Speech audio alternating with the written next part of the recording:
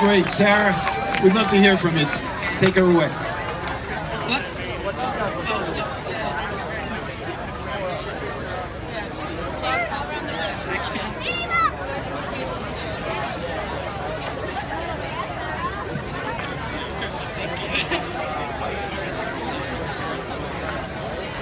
Thank you.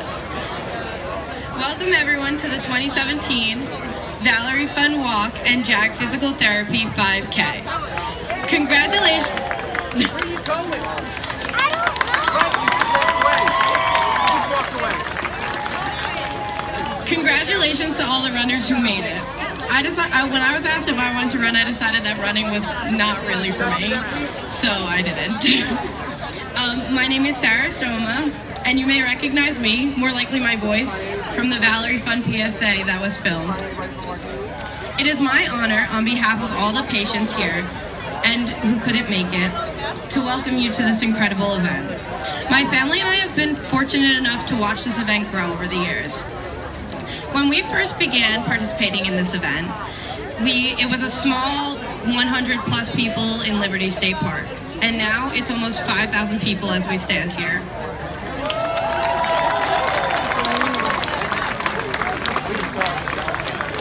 The Valerie Fund has affected everyone standing here in some way, whether it be a family member, a friend, an acquaintance, or even just a friend of a friend. You're here for someone.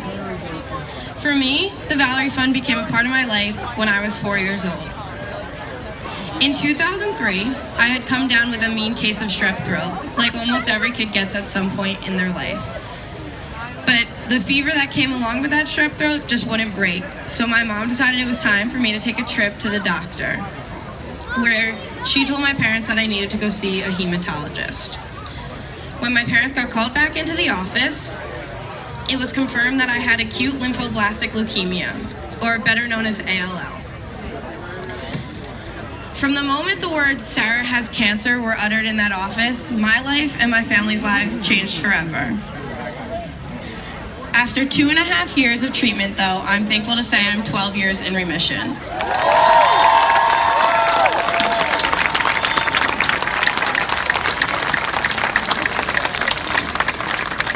Through the treatments and the in and out of the hospital, the Valerie Fund was always there. The social worker was always there to support my family and I, but most importantly, the incredible doctors out of the center and the nurses were always there. And now, the Valerie Fund has expanded its services to include incredible things, such as educational liaisons and psychologists. These services are what help families and patients push through one of the hardest times they may experience. After my treatments had finished, we never really thought this disease would re-enter our lives. But in October of 2011, one of our closest family friends, Kara, had been diagnosed with ALL as well. And a mere 2 years later, another one of our closest family friends, Steve, was diagnosed with the exact same disease. Fortunately, all three of us are now in remission.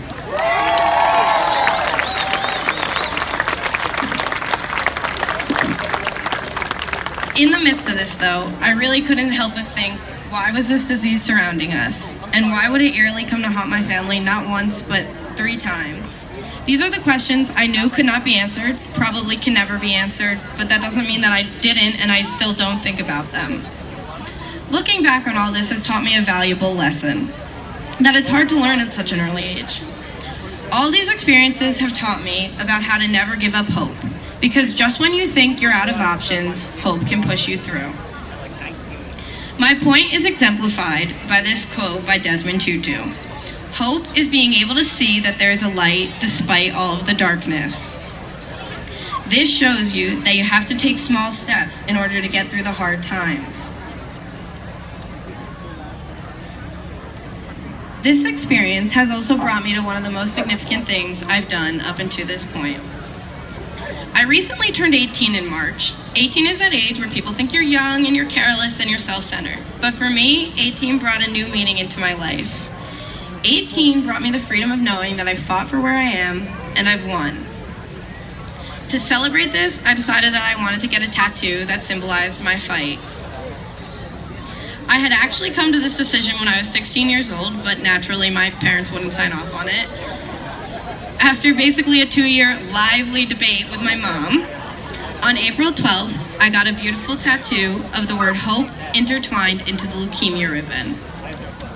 This is meant to symbolize how the hope you have can push you through whatever life may hand you.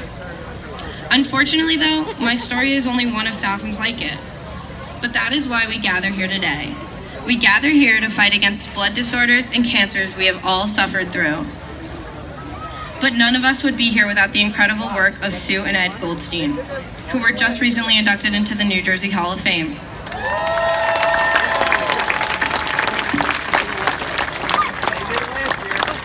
They used a tragic event in their life to help support thousands of other families. To the Valerie Fund and all of its supporters, I am eternally grateful for all the help you've offered thousands of kids and I hope as I get older, I continue to draw on the strength and toughness my battles with this disease have helped me develop. And I hope that I continue to do all that I can to support the Valerie Center.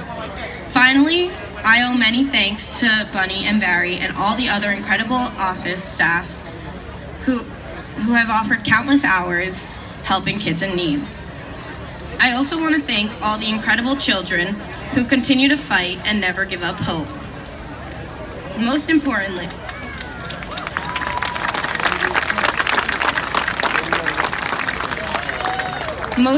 though, I want to thank my incredible parents, my sister, and my entire family. It's frequently said and definitely corny, but I would be nowhere near the person I am without all of them.